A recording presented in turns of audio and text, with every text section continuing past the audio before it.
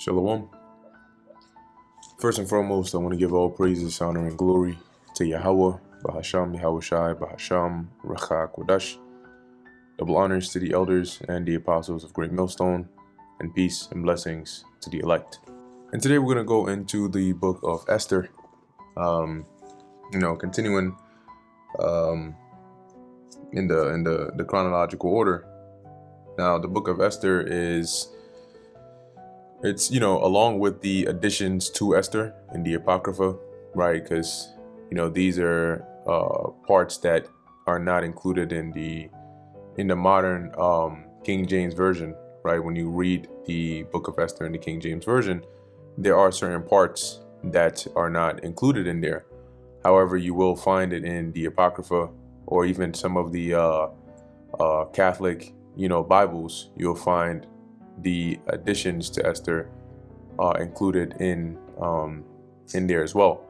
But with this, with the additions of Esther or additions to Esther, there are, it's an order, like a puzzle, right? So there's a certain sequence in which you have to read the chapters in for it to make sense or line up chronologically with the book of Esther here in the regular Bible, right? So in actuality, you'll see the additions to Esther, they really start, for example, in this website here, which is kingjamesbibleonline.org. You'll notice it starts with chapter 10. Okay, there's no chapter 1. The chapter 1 of additions to Esther is labeled here as chapter 10. Okay, and then you have chapter 11 and so on and so forth. However, chapter 10, all right, is not the beginning, okay, in this order here, right? So really, the additions to Esther chapter 11 and chapter 12 are the beginning before going into Esther 1 and 1. And as we keep on reading in the book of Esther, we'll get to certain parts where, I'll jump to the respective parts in the additions to Esther so that the order goes in sync and then it makes sense. Okay. So with that out the way, before we get into it, from, let's say, the most recent timeline, right? From the Bible breakdowns we've been going through, we had, I'd say the closest time to this was during the time of Haggai and Zechariah, right? As we went through the book of Haggai, the book of Zechariah, that was during the time of Darius, right? Darius the first, you look him up. That is when we finished, or Darius the Great as they call him. And that is when Israel was able to complete the building of the temple, okay? And so at that time, you had the Lord raise up Haggai, he raised up Zechariah. These were prophets that prophesied and exhorted Israel to go ahead and finish the building of the temple. Okay, so this is Darius the Great now. His son, let's hide this. There you go. His son or successor, right, was Xerxes the First. And this Xerxes is who we read of in the book of Esther, known as Ahasuerus. Okay, as you can see here, it says Xerxes the First, commonly known as Xerxes the Great. This is also the one from the movie 300. That's usually where most people recognize him from. He was a Persian ruler who served as the fourth king of kings of the Achaemenid Empire, reigning from 486 BC until his assassination in 465 BC. So this tells us a little bit about what time period in secular history the book of Esther would be taking place, because we know that this is the king that is reigning over the Persian Empire during the book of Esther. And so from the time of Nebuchadnezzar, right, all the way until the fall of Babylon, until when Cyrus basically took it over and basically gave the command, right? And then he also gave the order for us to go back and start the rebuilding of the temple, which we didn't finish until the time of Darius. But at this point, we were already under the Persian Empire. And so now we are moving on into the next ruler, which is Xerxes here that we're reading about. Okay, so Let's keep on reading. It says here, he was the son of Darius the Great and Atosa, a daughter of Cyrus the Great. In Western history, Xerxes is best known for his invasion of Greece in 480 BC, which ended in Persian defeat. And this invasion of Greece is what led to the Battle of Thermopylae, i.e. the story of the 300, okay, and all of that stuff there. You can read about that history to get more on that. But anyway, it says here, which ended in Persian defeat. Xerxes was designated successor by Darius over his elder brother Artaxerxes, and inherited a large multi-ethnic empire upon his father's death. Okay, and then it goes on, so on and so forth. So just to get a bit of context as to who is this Ahasuerus that we're going to read about in the book of Esther. So now that we have a bit of groundwork or context, let's go and start with the additions to Esther chapter 11. So it reads here, in the 4th year of the reign of Ptolemaeus and Cleopatra, Dositheus, who said he was a priest and Levite, and Ptolemaeus his son, brought this epistle of Purim, which they said was the same, and that Lysimachus, the son of Ptolemaeus, that was in Jerusalem, had interpreted it. Now, this Ptolemaeus here, or in other words, Ptolemy, was a name. And when it says Ptolemaeus, there's about 3 different uses here. It doesn't mean that they're all related or it's even talking about the same person. They just had the same name. That's number 1. Number 2, this is just giving context as to the translation here, because the additions to Esther that we're reading here, this was, I believe, in the Septuagint, right, which was the Greek translation of the Hebrew text. Okay, that's why we're reading here. It says it was translated or interpreted. But it mentions this was during the reign of Ptolemaeus and Cleopatra. Now, it doesn't give enough context as to which Ptolemy and Cleopatra this was. You have different scholars that have different assumptions, right, or inferences based on different reasons as to which era of Ptolemies this could have been, but that's not really a big concern for us. Then you have Dositheus, right, which said here would have been an Israelite, because he said he was a priest and a Levite, and Ptolemaeus his son, which brought this epistle of Purim.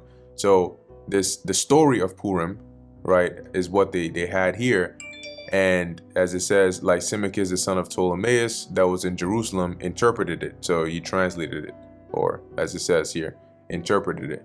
Because this had to be during a time where the lingua franca was Greek, right? And so there was a lot of, even going back to the time of Ptolemy II, Philadelphus, there was a lot of texts being translated into Greek, and a part of those were the Hebrew texts. Okay, that's where you get the Septuagint from. But keep in mind that not every part in the Septuagint is actually even, valid. There are parts in there where they do go off. But anyway, let's go on. So the real story begins here in the 2nd verse, right? It says here, in the 2nd year of the reign of Artaxerxes the Great. Now this Artaxerxes the Great is the same as Xerxes. Is also the same as Ahasuerus. Okay. So let's go back. It says here, in the 1st day of the month, Nisan, Mordecaius, otherwise known as Mordecai, the son of Jairus, the son of Simei, the son of Sisai of the tribe of Benjamin, had a dream. So Mordecai basically received a vision in the 2nd year of Artaxerxes' reign, or Xerxes' reign, which would be around 484 BC, somewhere around there. Because remember, time counts downward as you go more into the future when you're dealing with BC. So Mordecai has this dream. It says, who was a Jew and dwelt in the city of Susa. Now you notice here, it says he was of the tribe of Benjamin, but he was called a Jew, because that term Jew was really a term used to collectively identify the southern kingdom. Though in to be more accurate, a Jew would really be one of the tribe of Judah. All right, so it says here, who was a Jew and dwelt in the city of Susa, otherwise known as Shushan. When we read here in the book of Esther here, a great man, being a servitor in the king's court. So he was a servant, right? He served in the king's court, which was a high position to be in. He was also one of the captives which Nebuchadnezzar, the king of Babylon, carried from Jerusalem with Jeconiah, king of Judea, and this was his dream.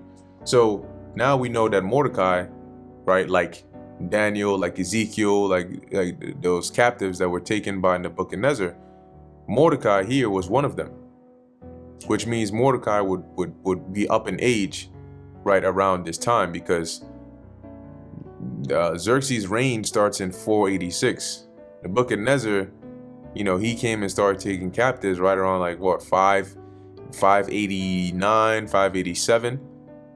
So that's a long time, right? That's a long time. But anyway, it says here he was one of the captives. So he could have been maybe like a young man or a boy at the time when the captives were taken to Babylon.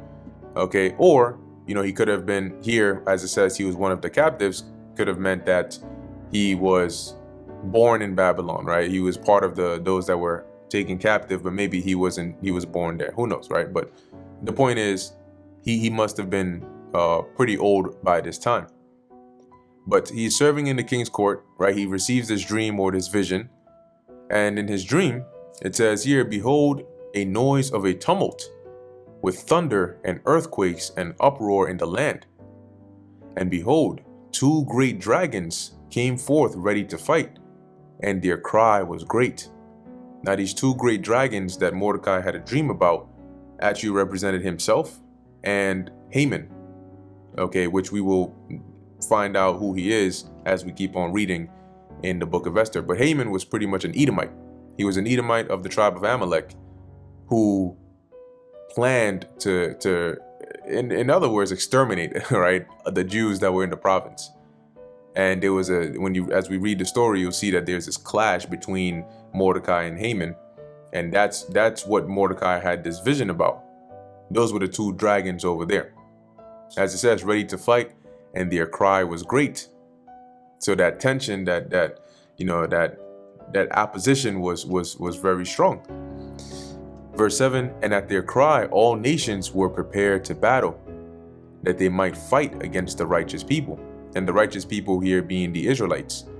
So this vision that Mordecai is seeing actually manifests as we read through the story of the book of Esther. But by them clashing or coming against each other, as it says, all nations were prepared to battle, because at one point the armies, right, or the nations were prepared to exterminate the Jews. Verse 8, and lo, a day of darkness and obscurity, tribulation and anguish, affliction and great uproar upon earth. And who was this geared towards? The Israelites. And the whole righteous nation was troubled, fearing their own evils, and were ready to perish. So in this dream that Mordecai received, there's this clash between these 2 great dragons, right? Mordecai and Haman. And then, they're going back and forth, and now things are looking like the odds are stacked against the Israelites, because here it is, we're in this province, but we're around the different heathens, right, in these different lands. And so the odds were stacked against us, and we were pretty much on the verge of being wiped out. Verse 10, then they cried unto God, and upon their cry, as it were from a little fountain, was made a great flood, even much water. And this little fountain that was made a great flood was Esther, right? She was that little fountain, and the way she was made a great flood was by becoming queen. And by becoming queen, she was able to influence and convince Xerxes, obviously by the power of the Lord. And in doing so, she prevailed in helping deliver Israel from being destroyed. As it says, even much water. The light and the sun rose up, and the lowly were exalted and devoured the glorious. And in this case, the lowly were the Israelites. And really in particular here, you had Mordecai and Esther. And as it says, and devoured the glorious, which the glorious here, basically the tables turned. And the glorious was Haman, right? He was the one, as we read in the next chapter, you'll actually see why. Verse 12, now when Mordecai, who had seen this dream and what God had determined to do, was awake, he bare this dream in mind, and until night by all means was desirous to know it. So when he woke up, he's thinking about, like, what does this mean? What does this mean? What's going on? What's getting ready to happen? Because this isn't really like a good dream. I mean, it is, but then it's not, So, like I mentioned, this chapter 11 is the starting chapter, followed by chapter 12, and then we lead into Esther 1. So, additions to Esther chapter 12, verse 1, and Mordecai took his rest in the court with Gabbatha and Thara, the two eunuchs of the king and keepers of the palace.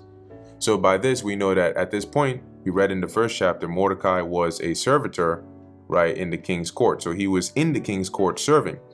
And he had this dream. He wondered what it meant, but he continued about his day. And you had two eunuchs here, right, Gabbatha and Thara, which were also, there, right? It says keepers of the palace. Verse 2, and he heard their devices, right? Devices meaning their plans, and searched out their purposes. So he investigated, he investigated to see what it is that they were up to, and learned that they were about to lay hands upon Artaxerxes the king. And so he certified the king of them. So when Mordecai found out that these two eunuchs had plotted to really harm or to kill Artaxerxes, he notified the king and let him know, hey, this is what these guys are trying to do. And the king examined the two eunuchs. Now, this examination is not like they stand there, they look at this guy, they look at this guy, they look at him. No. When they talk about examining, it usually goes into the form of torture. Okay, so they interrogate and then they torture. That is what is meant by examined. And after that they had confessed it, they were strangled. See, so what now? If you are one of these eunuchs, why would you confess to having planned to harm the king by just being looked at? If to be examined meant they just look at you and ask you a few questions. No, they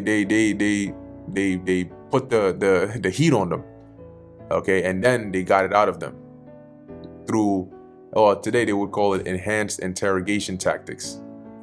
But as it says here, they confessed, and when they confessed that they actually plotted to do this, they were strangled, so they got put to death.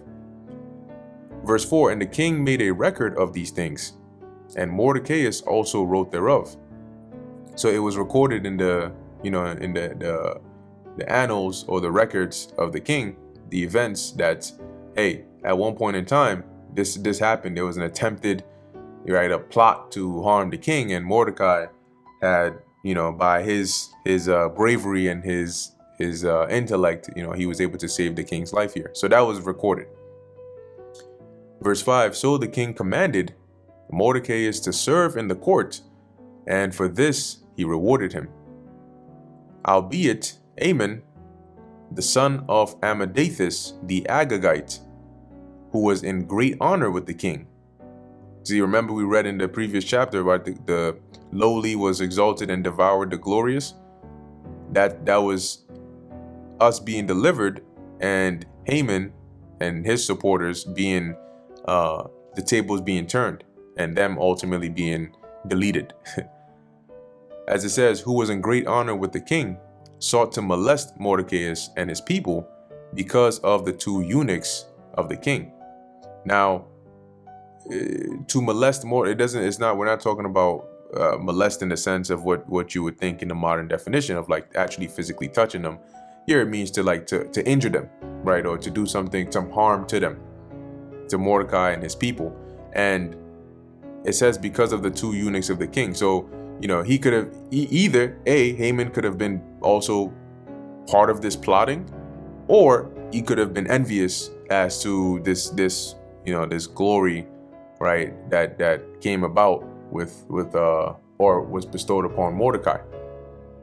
So anyway, additions to Esther chapter 11 and 12 gives us like that little prologue, and then leads us into the book of Esther chapter 1 verse 1.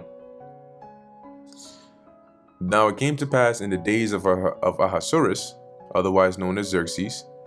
This is Ahasuerus which reigned from India even unto Ethiopia, even 127 provinces. That is a vast region, right? If we look up, I wonder if they'll show it over here. And if not, we can just look it up in here. We can say the Achaemenid Empire during Xerxes the first reign. And let's look up a map. Yep, I think this purple should do. Or maybe even this is not too bad. So you can see here, right? Ethiopia is over here. India is over here. So this whole region here, they had control over, which the Achaemenid Empire were modern day Iranians. Okay, the Persians, they are the Iranians.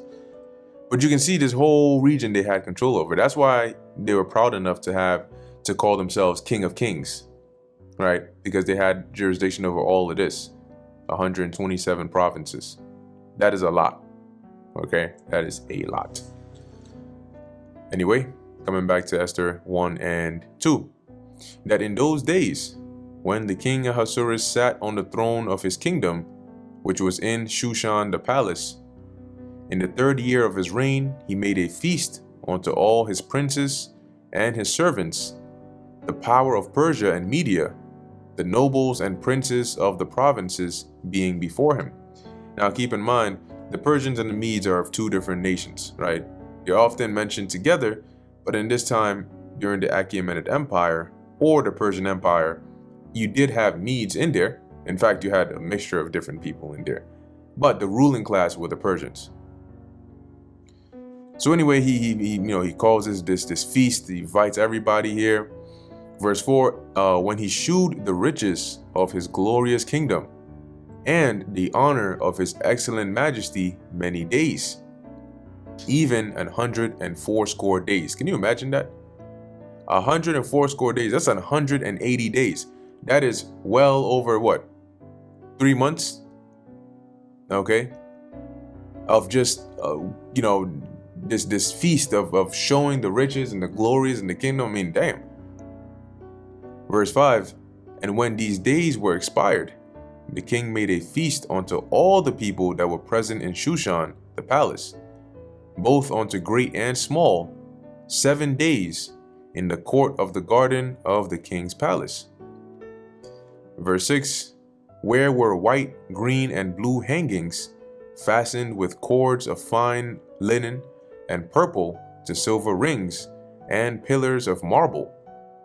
The beds were of gold and silver, upon a pavement of red and blue and white and black marble. So damn, bro. You can imagine how, like, this is what you would call filthy rich. But, back then they had a good sense of creativity, right? So you can imagine how these things would actually look if you were there witnessing it.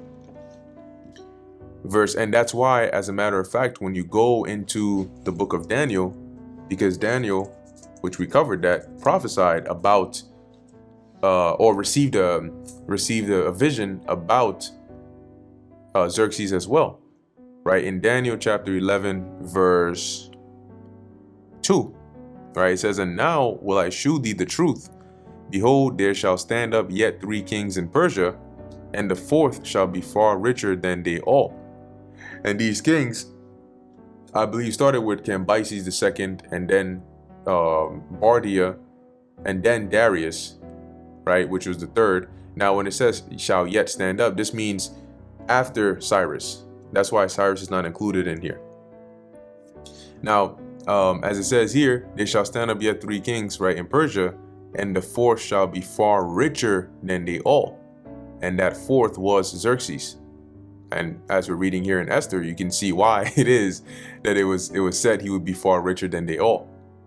And by his strength, through his riches, he shall stir up all against the realm of Grecia, right? Which goes into that Persian invasion of Greece during the reign of Xerxes. But like I mentioned, you can look that up and read more about it.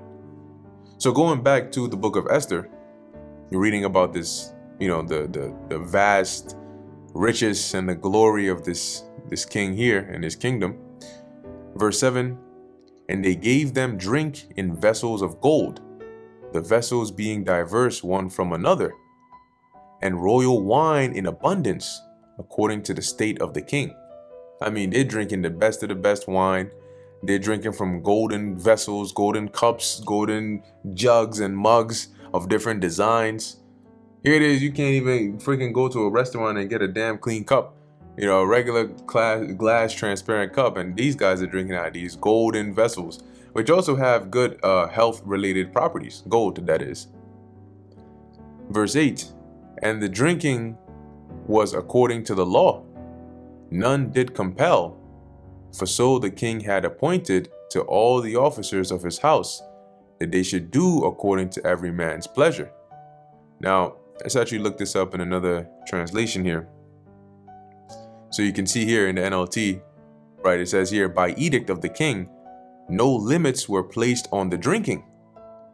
For the king had instructed all his palace officials to serve each man as much as he wanted. Interesting.